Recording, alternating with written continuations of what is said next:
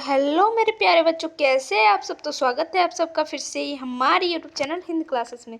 तो जैसा कि आपको थंबनेल देख के पता चल गया होगा कि ये आपका वीडियो क्लास 8 के बच्चों के लिए रहने वाला है। ये आपका एसएसटी का वीडियो रहने वाला है, ठीक है, जो कि आपका एग्जाम के पॉइंट ऑफ व्यू से बहुत ज़्यादा इंपॉर्टेंट होने वाला है। तो प्लीज़ वीडियो को शुरू से लेकर अंत तक देखिएगा। अगर चैनल पर न्यू है तो चैनल को सब्सक्राइब करके बेल नोटिफिकेशन को ऑन कर दीजिएगा। अपने सारे फ्रेंड्स को ये वीडियो शेयर कर दीजिएगा। तो चलिए देखते हैं कि किस तरह से क्वेश्चन दिया गया है पेपर में। तो चलिए चलते हैं। तो सबसे पहले हम लोग हिस्ट्री का क्वेश्चन देखेंगे। क्या है देखिए, तो पहला क्वेश्चन क्या है, अलग अलग समय पर होने वाली परिवर्तनों के संबंध में बताता है। कौन बताता है? इतिहास, भूगोल या समाजशास्त्र या फिर आपका यहाँ क्या हो गया, विज्ञान। तो अलग अलग समय पर होने वाले परिवर्तनों के संबंध में हमें कौन बताता है? तो इतिहास बताता है, ठीक है। नेक्स्ट क्वेश्चन क्या हो रहा है, इतिहास में किसका महत्व होता है? तो इतिहास में तिथियों का बहुत महत्व होता है, ठीक है। जो डेट होता है इतिहास में बहुत ज़्यादा आपको भी पता है, याद करना पड़ता है। बंगाल के सबसे पहले या फिर बंगाल के पहले गवर्नर जनरल थे। तो जो बंगाल के गवर्नर जनरल जो थे पहले, ठीक है, कौन थे ये बताना है आपको। तो वैरन हेस्टिंग, ठीक है। ऑप्शन नंबर बी जो है करेक्ट हो जाएगा। भारत के अंतिम वायसराय कौन थे? तो भारत का जो अंतिम वायसराय थे वो कौन थे? Lord Mountbatten. Option number b जो है करेक्ट हो जाएगा। नेक्स्ट क्वेश्चन, कश्मीर से कन्याकुमारी तक भारत का विस्तार कितना है? तो कश्मीर से कन्याकुमारी तक, ठीक है। ये अगर मान लीजिए आपका भारत का मैप है, ठीक है, थोड़ा देख लीजिएगा, मैं ऐसे ही बना रही हूँ। ये अगर आपका भारत का मैप है, ठीक है, तो बोल रहा है इधर है आपका कश्मीर, इधर है आपका कन्याकुमारी। तो ये वाला आपको पूछ रहा है, ठीक है, भारत का विस्तार कितना है। तो ये जो है विस्तार वो आपका कितना है? तो ये आपका 3200 किलोमीटर है। अगर ये वाला पूछता तो कितना होता, कमेंट में आपको बताना है, ठीक है। देखते हैं कि आप लोगों का तैयारी कैसे हो चुका है। अब तो अभी एग्ज़ाम में बैठने वाले हैं आप लोग, तो इतना तो जवाब दे ही सकते हैं, ठीक है। फिर क्या बोल रहे, लोग इतिहास को किससे जोड़कर देखने की कोशिश करते हैं? तारीखों से, महीनों से, कहानियों से या इनमें से कोई नहीं। तो लोग जो इतिहास को तारीखों से जोड़कर देखने की कोशिश करते हैं। इतिहास को सामान्यतः कितने कालखंडों में बांटा गया है? तो इतिहास को जो है वो 3 कालखंडों में बांटा गया है, ठीक है। अंग्रेज द्वारा स्थापित भारतीय राष्ट्रीय अभिलेखागार कहाँ स्थित है? भारतीय राष्ट्रीय अभिलेखागार कहाँ पर स्थित है, ये पूछ रहा है आपसे, ठीक है। तो नई दिल्ली, ठीक है। क्या बोल रहा है, ब्रिटिश शासन के माध्यम से ही भारत सभ्यता के मार्ग पर आगे बढ़ रहा है, यह कथन है। ये किसका कथन है? ब्रिटिश शासन के माध्यम से ही भारत सभ्यता का मार्ग में पर आगे बढ़ रहा है, ये जो कथन है बोल रहा है, ये कथन किसका है, ये आपसे पूछा जा रहा है, ठीक है। तो जेम्स मिल का, ठीक है। क्वेश्चन नंबर इसका करेक्ट हो जाएगा 9 का, option number A. Question number 10 आपका क्या है देखिए, जो सरकारी दस्तावेज कहाँ रखे जाते हैं? तो सरकारी जो ठीक है दस्तावेज जो होते हैं उसको कहाँ रखा जाता है? तो अभिलेखागार पर रखा जाता है, ठीक है, अभिलेखागार में। नेक्स्ट क्या है, जो 1757 जो था, ठीक है, में प्लासी का युद्ध रॉबर्ट क्लाइव एवं किसके बीच हुआ था? जो प्लासी का युद्ध हुआ था वो रॉबर्ट क्लाइव और किसके बीच हुआ था? तो इसका करेक्ट आंसर क्या हो जाएगा? सिराजुद्दौला, ठीक है। ऑप्शन नंबर ए जो है करेक्ट हो जाएगा। वास्को डिगामा किस देश का निवासी था? तो वास्को डिगामा जो थे वो किस देश के निवासी थे? पुर्तगाल के। कहाँ थे? वो एक पुर्तगाली थे, ठीक है, पुर्तगाल के निवासी थे। सिराजुद्दौला की हत्या के बाद किसे बंगाल का नवाब बनाया गया? तो सिराजुद्दौला की हत्या के बाद किसे बंगाल का नवाब बनाया गया? तो इसका करेक्ट आंसर मीर जाफर को, ठीक है। बक्सर युद्ध कब हुआ था? तो बक्सर का युद्ध जब हुआ था वो कब हुआ था? 22 अक्टूबर 1764 ईस्वी को, ठीक है। ऑप्शन नंबर ए जो है करेक्ट हो जाएगा। प्लासी का युद्ध कब हुआ था? तो प्लासी का युद्ध भी, ये सब युद्ध आपको याद रखना है, ठीक है, 23 जून 1757 ईस्वी को। नेक्स्ट क्या है, टीपू सुल्तान किस राज्य के शासक थे? तो टीपू सुल्तान जो थे वो मैसूर के शासक थे, मैसूर के, ठीक है। कहाँ के? मैसूर के। टीपू सुल्तान एवं लॉर्ड कॉर्नवालिस के बीच कौन सी संधि हुई? टीपू सुल्तान और लॉर्ड कॉर्नवालिस के बीच कौन सा संधि हुआ था, ये पूछ रहा है आपसे, ठीक है। तो इसका करेक्ट आंसर कौन सा हो जाएगा, ऑप्शन नंबर ए, ठीक है, श्री रंगपट्टम। नेक्स्ट क्या है, विलय की नीति किस अंग्रेज की देन थी, विलय की नीति जो है वो किस अंग्रेज की देन थी, ये पूछा जा रहा है आपसे। तो इसका करेक्ट आंसर हो जाएगा लॉर्ड डलहौजी। राज्य हड़प जो है विलय की नीति द्वारा सर्वप्रथम किस राज्य को ब्रिटिश शासन में मिलाया गया, जो राज्य हड़प नीति जो था सर्वप्रथम बोल रहा है इस नीति में ब्रिटिश शासन द्वारा किस राज्य को हड़पा गया था, ठीक है, ये बोल रहा है। तो इसका कौन सा हो जाएगा correct answer, option number D, Satara को, ठीक है। झारखंड में अंग्रेजी का प्रवेश किस जिले की ओर से हुआ था, अंग्रेजों का हो सकता है, ठीक है। झारखंड में अंग्रेजों का प्रवेश किस जिले से हुआ था, इस तरह से क्वेश्चन होगा, जो अंग्रेजी हो गया है जो कि गलत है, तो सिंहभूम से, ठीक है। और तो ये है आपका 20 तक रहने देते ये क्वेश्चन। चलिए अब नेक्स्ट क्वेश्चन को देखते हैं। अब देखने वाले हैं हम लोग नागरिक शास्त्र, ठीक है, का क्वेश्चन देखने वाले हैं सिविक्स का। क्या है, संविधान के निर्माण में कितना समय लगा था, तो संविधान के निर्माण में 2 वर्ष 11 महीना 18 दिन का टाइम लगा था, जो कि ऑप्शन नंबर ए में है, तो करेक्ट हो जाएगा ऑप्शन नंबर ए। भारतीय संविधान की कब अंगीकृत किया गया, भारतीय संविधान को कब अंगीकृत किया गया था, तो इसका हो गया 26 जनवरी 1950 को, ठीक है। नेक्स्ट, शिक्षा अधिकार अधिनियम में अनिवार्य एवं निःशुल्क शिक्षा बच्चों को दिया जाना है, इसकी अधिकतम उम्र सीमा का क्या निश्चित है, मतलब जो शिक्षा का अधिनियम जो ये है कानून है, इसके अंतर्गत बोल रहा है जो निःशुल्क और अनिवार्य जो शिक्षा देना है बच्चों को, वो कितने उम्र तक के बच्चों को देना है, ठीक है। तो इसका करेक्ट आंसर क्या हो जाएगा, ऑप्शन नंबर सी, 15 वर्ष तक, सॉरी 14 वर्ष, ठीक है, 14 वर्ष, ऑप्शन नंबर बी जो है करेक्ट हो जाएगा। नेक्स्ट क्वेश्चन देखते हैं। नेक्स्ट क्वेश्चन, संविधान द्वारा कितने मौलिक कर्तव्य प्रदत्त है, संविधान द्वारा कितने मौलिक अधिकार दिए गए हैं, तो टोटल इसका क्या हो जाएगा करेक्ट आंसर, इसका करेक्ट आंसर आपको बताना है, ठीक है, इतना तो आप लोग कर ही सकते हैं। विश्व का सबसे बड़ा एवं लिखित संविधान किस देश के पास है, तो ये भी पूछने की बात है, हमारे भारत के पास है। मंत्रिपरिषद के अध्यक्ष को क्या कहते हैं, तो मंत्रिपरिषद के जो अध्यक्ष होते हैं उनको हम लोग क्या कहते हैं, तो प्रधानमंत्री कहते हैं, ठीक है।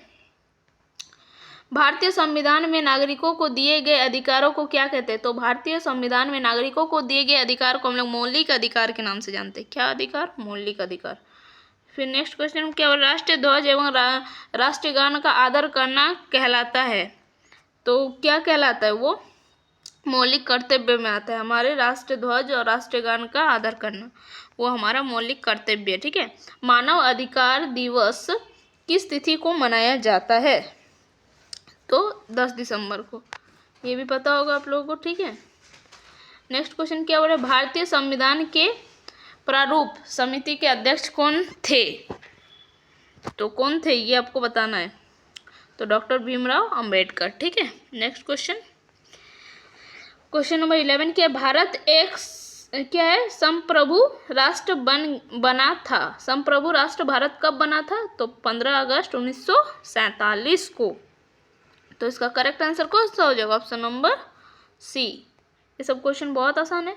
भारत के प्रथम राष्ट्रपति कौन थे, तो भारत के प्रथम राष्ट्रपति पूछ रहे हैं तो कौन थे, doctor Rajendra Prasad, option number C जो है करेक्ट हो जाएगा, ठीक है। नेक्स्ट क्या है, भारतीय संघ के सर्वोच्च पद है, भारतीय संघ का सबसे सर्वोच्च पद क्या है, ठीक है, तो राष्ट्रपति, राष्ट्रपति का जो पद होता है वो सर्वोच्च पद है। क्या बोलते हैं, भारतीय राष्ट्रपति का चुनाव किस विधि से होता है, भारतीय जो राष्ट्रपति का जो चुनाव होता है वो किस विधि से होता है, तो इसका करेक्ट आंसर कौन सा हो जाएगा आपका, अप्रत्यक्ष अनुपातिक विधि से होता है, ठीक है। राष्ट्रपति का कार्यकाल होता है, तो राष्ट्रपति का कार्यकाल कितने वर्षों का होता है, 5 वर्षों का, ठीक है, करेक्ट आंसर ऑप्शन बी। भारत का बिस्मार्क कहा जाता है? भारत का बिस्मार्क किसको कहा जाता है? तो चलिए देखते हैं इसका ऑप्शन। तो भारत का बिस्मार्क किसको कहा जाता है? इसका करेक्ट आंसर कौन सा हो जाएगा? तो ऑप्शन नंबर ए, वल्लभ भाई पटेल को। ठीक है, ऑप्शन नंबर ए जो है आपका करेक्ट आंसर हो जाएगा। देन चलते हैं हम लोग नेक्स्ट क्वेश्चन की ओर। क्या बोल रहा है? भारत के प्रथम प्रधानमंत्री कौन थे? तो पंडित जवाहरलाल नेहरू जो थे वो भारत के प्रथम प्रधानमंत्री थे। लौह पुरुष के नाम से जाने जाते हैं। तो लौह पुरुष के नाम से किसको जाना जाता है? स्टैचू ऑफ यूनिटी किसको कहा जाता है? तो वल्लभ भाई पटेल को कहा जाता है। ठीक है, ऑप्शन नंबर ए जो है वो आपका करेक्ट हो जाएगा। मिसाइल मैन के नाम से जाना जाता है। मिसाइल मैन के नाम से किसको जाना जाता है? तो APJ अब्दुल कलाम को। क्या हो जाएगा करेक्ट आंसर? ऑप्शन नंबर आपका जो सी है वो करेक्ट हो जाएगा। नेक्स्ट क्या है? भारत के जो गृह मंत्री कौन थे? भारत के गृह मंत्री कौन थे? तो इसका करेक्ट आंसर कौन सा हो जाएगा? 20 का option number A, Sardar Vallabh भाई पटेल। अब चलते हैं इसका, तो अब चलते हैं हम लोग जियोग्राफी की ओर। ठीक है, अब हम जियोग्राफी का क्वेश्चन देखने वाले हैं। भूगोल का क्या है देखिए, निम्नलिखित में से कौन सा मानव निर्मित संसाधन है? तो मानव निर्मित संसाधन जो ह्यूमन द्वारा बनाया गया है। ठीक है, तो झरने का जल ये तो मानव निर्मित नहीं है। जो बोल रहा है कैंसर उपचार का औषधि ये भी नहीं है। उष्णकटिबंधीय वन, तो ये हो जाएगा आपका करेक्ट आंसर। उष्णकटिबंधीय जो वन है वो, सॉरी आपको क्या पूछा है? मानव निर्मित संसाधन। ठीक है, मानव निर्मित संसाधन मतलब जो ह्यूमन द्वारा बना है। तो जो कैंसर है उसका जो उपचार है, उपचार की जो औषधि है वो मानव द्वारा बनाया गया है। ठीक है, क्वेश्चन पढ़ने में मिस्टेक हो गया था इसीलिए ऑप्शन सी बोल रहे थे। इसमें बोल रहे हैं मानव निर्मित संसाधन कौन है? जो मनुष्य द्वारा बनाया गया है, तो इसका ऑप्शन नंबर बी। फिर क्या बोले? जैव संसाधन होते हैं। जैव संसाधन जो होता है जीव जंतुओं से व्युत्पन्न या फिर मनुष्य द्वारा निर्मित या निर्जीव वस्तुओं से व्युत्पन्न या इनमें से कोई नहीं। जो जीव जंतुओं से जो बनता है उसको हम लोग जैव संसाधन कहते हैं। तो उसका ऑप्शन नंबर कौन सा हो जाएगा? ए जो है करेक्ट हो जाएगा। वैसे संसाधन जिसकी मात्रा ज्ञात हो और वर्तमान में उपयोग किया जा रहा हो कहलाते हैं। उस तरह के संसाधन को हम लोग क्या बोलेंगे? तो इसको हम लोग वास्तविक संसाधन बोलेंगे। वास्तविक संसाधन वैसे संसाधन है जिसकी मात्रा हमें ज्ञात होती है और हम वर्तमान में इसका उपयोग करते हैं। ठीक है, लद्दाख में पाया जाने वाला यूरेनियम उदाहरण है। लद्दाख में जो यूरेनियम पाया जाता है ये किसका उदाहरण है? एक, तो इसका करेक्ट आंसर कौन सा हो जाएगा आपका? ऑप्शन नंबर संभाव्य संसाधन या सर्वव्यापक संसाधन। संभाव्य संसाधन या सर्वव्यापक संसाधन। तो हमको जहाँ तक लगता है ये आपका संभाव्य संसाधन का उदाहरण है। ठीक है, नेक्स्ट क्वेश्चन क्या हो रहा है? क्वेश्चन नंबर 5, इनमें से कौन नवीकरणीय संसाधन का उदाहरण है? नवीकरणीय संसाधन। ठीक है, नवीकरणीय संसाधन होते हैं, एक अनवीकरणीय संसाधन होते हैं। तो नवीकरणीय संसाधन जो होते हैं जो कभी समाप्त नहीं होंगे, जैसे कि सूर्य का प्रकाश, ये कभी समाप्त होने वाले हैं। हवा, ये कभी नहीं समाप्त होंगे। तो ये सारे जो है नवीकरणीय संसाधन, इसका आंसर हो जाएगा ऑप्शन नंबर ए और बी, मतलब सी जो है करेक्ट हो जाएगा दोनों। अनवीकरणीय संसाधन होते हैं वैसे संसाधन जिसका जो मात्रा होता है वो सीमित होता है। और ये क्या होते हैं? आने वाले, अगर हम इसका दुरुपयोग ऐसी तरह करते रहे तो आने वाले समय में हो सकता है वो क्या हो जाए? विलुप्त हो जाता है। ठीक है, विलुप्त तो हो सकता है। तो जिसका भंडार सीमित हो, सही है। तो इसका ऑप्शन नंबर हमको ए ही ठीक लग रहा है। ठीक है, तो ए ही करेक्ट हो जाएगा, जिसका भंडार सीमित हो। लेकिन अगर हम इसका यूज़ करते जाए तो एक समय ऐसा भी आएगा कि ये विलुप्त हो जा सकता है। देश के युवाओं में कौशल विकास हेतु प्रधानमंत्री कौशल विकास योजना कब से चलाई जा रही है? कौशल विकास योजना जो है वो कब से चलाई जा रही है? तो ये आपको पूछा जा रहा है क्वेश्चन नंबर 7 में। तो 2016 ईस्वी से। ठीक है, नवीकरणीय संसाधन का उदाहरण निम्न में से कौन नहीं है? नवीकरणीय संसाधन वे बोले, हम तो आपको बता चुके हैं, जो ऐसा संसाधन जो कभी समाप्त ना हो उसको हम लोग नवीकरणीय संसाधन बोलेंगे। जैसे कि सौर ऊर्जा कभी नहीं समाप्त होगा, पवन ऊर्जा नहीं होगा, बायोगैस इसको हम लोग बना सकते हैं बायोगैस। ठीक है, लेकिन जो कोयला है नहीं है पूछ रहा है, तो ये तीनों है। अब पूछ रहे कौन इनमें से नहीं है, तो नहीं है तो कौन नहीं है? ऑप्शन नंबर सी, कोयला जो है एक नवीकरणीय संसाधन नहीं है, ये एक अनवीकरणीय संसाधन है। अगर इसका हम इसी तरह से दुरुपयोग करते जाए तो हमारा जो आगे पीढ़ी होगा उन्हें हो सकता है ये संसाधन ना देखने को मिले, ठीक है। इसीलिए हमें अपने संसाधनों की रक्षा करनी चाहिए। नेक्स्ट क्या है, निश्चित स्थानों में पाए जाने वाले संसाधन को क्या कहते हैं? जो कुछ ही एरिया में पाए जाते हैं, ठीक है, वहीं के लिए वो संसाधन, मतलब वो संसाधन उसी एरिया में जनरली पाया जाएगा, तो उस तरह के जो संसाधन होगा इसको हम लोग क्या बोलेंगे? तो वो स्थानिक संसाधन, नाम से ही पता चल रहा है। नेक्स्ट क्वेश्चन क्या बोल रहा है? क्वेश्चन नंबर आपका 10 जो है क्या है, कोयले किस प्रकार का संसाधन है? तो कोयला जो है एक, अब यहाँ अनवीकरणीय रहता तो हम अनवीकरणीय मान सकते थे, लेकिन नवीकरणीय, तो कोयला नवीकरणीय संसाधन नहीं है। अब जैव या अजैव, तो ये हमें जीव जंतुओं के मरने के बाद ये बनता है कोयला, ठीक है, तो ये एक जैव संसाधन का उदाहरण है। क्वेश्चन नंबर 11 क्या है, रेगुर मृदा कहा जाता है, तो रेगुर मृदा किसको कहते हैं? तो काली मृदा को हम लोग रेगुर मृदा कहते हैं, तो इसका ऑप्शन नंबर बी जो है करेक्ट हो जाएगा। तो बस आज के लिए इतना ही, फिर मिलते हैं नेक्स्ट वीडियो में, तब तक के लिए बाय बाय, टेक केयर, जय हिंद, वंदे मातरम, स्वस्थ रहे, पढ़ते रहे, धन्यवाद।